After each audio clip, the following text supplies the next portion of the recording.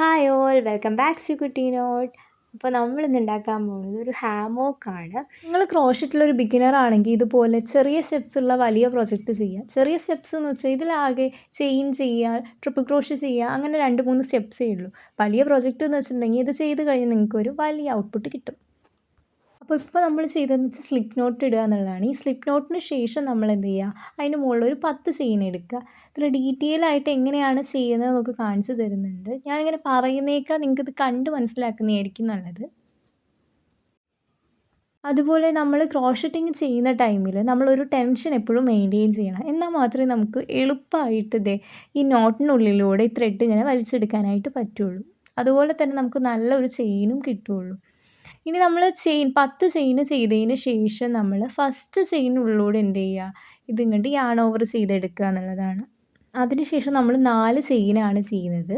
4 ചെയ്യുന്നതിന് ശേഷം സെയിം നോട്ടിലൂടെ നമ്മൾ എന്ത് ചെയ്യുകയാണ്, ട്രിപ്പിൾ ക്രോഷേ ചെയ്യുകയാണ്. നമ്മൾ നേരത്തെ ഇട്ട അതേ നോട്ടിലൂടെ കണ്ടോ. അപ്പോൾ ആ നോട്ടൊന്ന് വലുതായി വരും. ഇങ്ങനെ നമ്മൾ ട്രിപ്പിൾ ക്രോഷേ ചെയ്തെടുക്കുക.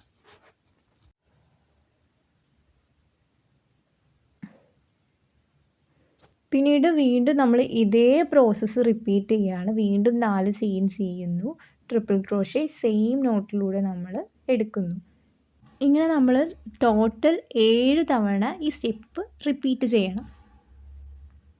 ഇങ്ങനെ ചെയ്തു വരുന്നതാണ് നമ്മുടെ ഫസ്റ്റ് റോ ആയിട്ട് വരുന്നത്. അപ്പോൾ നമ്മുടെ ഹാമോക്കിൻ്റെ ഫസ്റ്റ് റോ ആയിട്ട് വരുന്നത് ഈ ഒരു 4 ചെയിനും ട്രിപ്പിൾ ക്രോഷേ ചെയ്തിട്ടുള്ള ഈ ഒരു റോ ആയിരിക്കും. പിന്നീട് അതിന് മുകളിൽ വീണ്ടും നമ്മൾ എന്ത് ചെയ്യുകയാണ്, അടുത്ത ചെയിൻ ചെയ്യുന്നു. അങ്ങനെ റിപ്പീറ്റ് ചെയ്ത് വരുമ്പോൾ ഈ ഒരു ഹാമോക്കിൻ്റെ ലെങ്ത് ഇങ്ങനെ കൂടി വരും. അപ്പോൾ നമുക്ക് എത്രത്തോളം വേണോ അതിനനുസരിച്ച് നമുക്ക് ചെയ്യാം. അപ്പോൾ ഇങ്ങനെ 7 തവണ ചെയ്ത് കഴിഞ്ഞാൽ കിട്ടുന്ന ഒരു ഔട്ട്പുട്ടാണ് അത്. അതിനുശേഷം നമ്മൾ ചെയ്യുന്നത് 5 ചെയിനാണ്. 5 ചെയിൻ ചെയ്ത് ട്രിപ്പിൾ ക്രോഷയാണ് നമ്മൾ ചെയ്യുന്നത്. അപ്പോൾ ഫസ്റ്റ് ചെയ്തത് നമ്മൾ 4 ചെയിനാണെങ്കിൽ രണ്ടാമത്തെ റോയിൽ നമ്മൾ ചെയ്യുന്നത് 5 ചെയിനാണ്. 5 ചെയിൻ ചെയ്തിട്ട് ഈ ഒരു ഹോളിലൂടെ നമ്മൾ എന്ത് ചെയ്യുന്നു, ട്രിപ്പിൾ ക്രോഷേ ചെയ്യുകയാണ് ചെയ്യുന്നത് ഈ ഒരു നോട്ടിലൂടെ. അപ്പോൾ ഇങ്ങനെ കണ്ടോ, ഈ ഓരോ ഇങ്ങനെ കാണുന്ന നോട്ടിലൂടെ വേണം നമ്മൾ അടുത്ത ട്രിപ്പിൾ ക്രോഷേ ചെയ്യാൻ. 5 ചെയിൻ ചെയ്തതിന് ശേഷമുള്ള ട്രിപ്പിൾ ക്രോഷേ. അപ്പോൾ അടുത്ത ഔട്ട്പുട്ട് ഇങ്ങനെയായിരിക്കും. ഇനി അടുത്ത ചെയിൻ എന്ന് വെച്ചിട്ടുണ്ടെങ്കിൽ 6 ചെയിനായിരിക്കും ചെയ്യുന്നത്. അതിൻ്റെ തൊട്ടടുത്ത ചെയിൻ 7 ചെയിനായിരിക്കും. ഇങ്ങനെ ഓരോ ചെയിൻ വീതം നമ്മൾ ഓരോ റോലും കൂടി വരും. അപ്പോൾ നമുക്ക് എന്ത് ചെയ്യും, അതിങ്ങനെ വൈഡായിട്ട് വരുന്നതായിട്ട് കാണാം.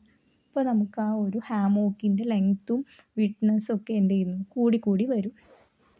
നമ്മുടെ റിക്വയർമെൻറ്റിന് അനുസരിച്ച് നമുക്ക് എന്ത് ചെയ്യാം, ഈ ഒരു ലെങ്ത്തും ഒക്കെ കൂട്ടാനായിട്ട് പറ്റും.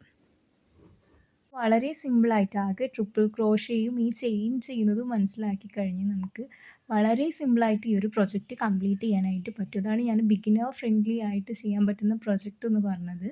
അപ്പോൾ ഈ ട്യൂട്ടോറിയൽ വീഡിയോ എല്ലാവർക്കും ഇഷ്ടപ്പെട്ടെന്ന് വിചാരിക്കുന്നു. ഇഷ്ടപ്പെട്ടിട്ടുണ്ടെങ്കിൽ ലൈക്ക് ചെയ്യുക, കമൻറ്റ് ചെയ്യുക, പിന്നെ നമ്മുടെ ചാനൽ സബ്സ്ക്രൈബ് ചെയ്തിടുക.